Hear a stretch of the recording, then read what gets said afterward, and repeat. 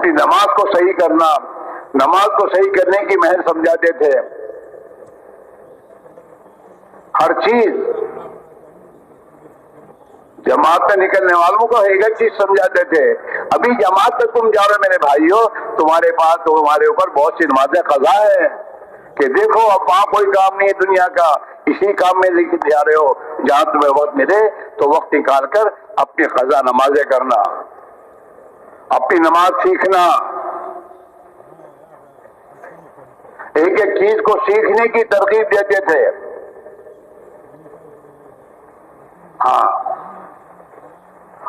ایک مرتبہ حضرت نے روانگی کی اور روانگی کر کے دعا کر کے حضرت کو اطمینان نہیں ہوا کہ یہ مجمع میری بات پورا سمجھ نہیں پایا ہے، تو حضرت وہاں سے روانگی کر کے منشی جی جو ہمارے ذمہ دار تھے مرکز کے، ان کے پاس حضرت نے کہا کہ منشی جی یہ آج جو جماعتیں جا رہی ان کو آج روانہ مت کرنا، انہیں کل پھر دوبارہ میں سمجھاؤں گا، ابھی مجھے ایسا ماروں گا نہیں، سمجھے نہیں ہے۔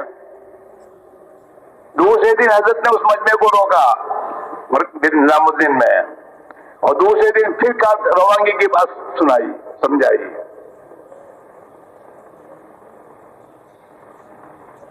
اور ظاہری بات ہے کہ جو ہمارے ساتھ چاہے 3 دن نکل رہے ہوں، ان 3 دن نکلنے والوں کو اگر نکلنے کے زمانے میں وقت کیسے گزارنا یہ اگر نہیں سمجھایا گیا تو وہ کیسے وقت گزاریں گے؟ ہمیں بھی سمجھنا ہوگا۔ ہمارے یہاں 7 مہینے جا رہے ہیں، وہ 7 مہینے جا رہا ہو، 4 مہینے جا رہا ہو، 3 دن جا رہا ہو، 3 دن بھی ہمارے نزدیک اتنے اہمیت رکھتے ہیں جتنا 4 مہینے رکھتا ہے۔ آدمی 3 دن سے تو 4 مہینے پر جاتا ہے۔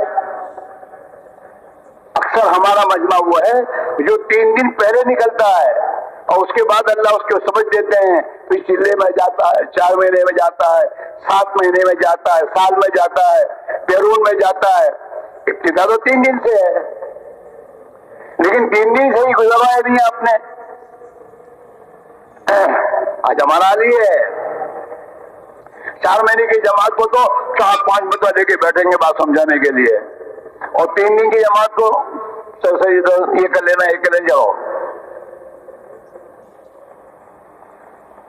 3 دن کی جماعت کو بھی روانگی جیسے 4 مہینے کی جماعت کو آپ سمجھاتے ہیں، ایسے سمجھا کر پوری بات پلا کر، اور جو امیر ہے اس امیر کو ذمہ داری سمجھا کر اب یہ جماعت 3 دن جائے۔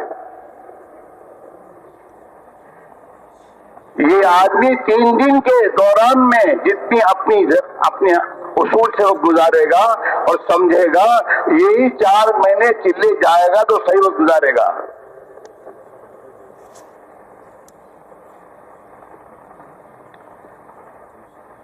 تین دن کی جماعت کی بھی کارگزاری ہم ایسے سنیں گے جیسے 4 مہینے کی جماعت کی کارگزاری سنتے ہیں کہ 3 دن جا کے کیا کیا، تعلیم کیسے کی بھائی، نقد جماعت نکالنے میں کیا فکر کی آپ نے، کیا سیکھ کر آئے بھائی، تمہاری کیا فکر بنی آپ 3 دن میں؟ اب تمہیں گھر جا کے کیا کرنا ہے؟ پوری بات سمجھانا کہ بھائی دیکھ اب تم گھر جاؤ گے نا، تمہارے ماں باپ تمہیں تبلیغ والا سمجھ کر یہ کہ سوچیں گے کہ میرا بچہ کتنا صحیح ہو گیا ہے۔ اپنے گھر والوں کے ساتھ صحیح اخلاق سے رہنا، ماں باپ کی خدمت کرنا، ان پر بوجھ نہیں بننا۔ ہاں، جو تم سیکھ کر آئے ہو وہ اپنے بھائی بہنوں کو گھروں میں بیٹھ کر سکھانا، محلے والوں کو سلام کرنا، محلے والوں کے ساتھ ہمدردی کے ساتھ رہنا۔ واپسی میں یہ تمام باتیں سمجھا کر اس کی ذمہ داری اور اس کا نفع اور نہ کرنے پر کیا نقصان ہوگا یہ سمجھا کر پھر انہیں روانہ کرنا۔ یہ سب کام چھوٹے ہوئے ہیں، سرسری ہو گئے ہیں، وہ صحیح نہیں گزر رہا ہے۔ وہ صحیح نہ گزرنے کی بنا پر ہمارے ساتھی جیسے اللہ کے راہ میں نکل کر جو بننے چاہے نہیں بن پا رہے ہیں۔ 4 مہینے 7 مہینے لگا کر آنے والا آدمی بھی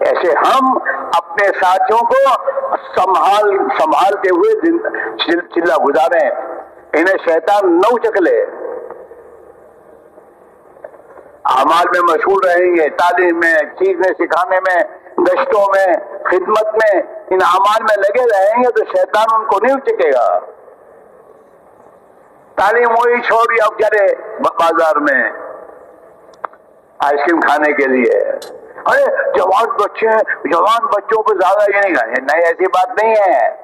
جوان بچوں کو ایسے اپنے پاس لاؤ کہ وہ جوان بچے تمہیں چھوڑ کر نہ جائیں۔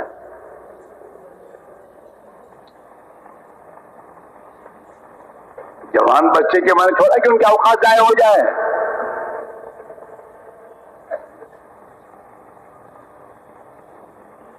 انہیں مانوس کرو، اتنا مانوس کرو کہ وہ تمہیں پوچھے بغیر کوئی کام نہ کرے، اور ان کے ساتھ ایسے رہو کہ وہ سمجھے یہ ہمارے اپنے اور وہ ہمیں اپنا سمجھ رہے ہیں۔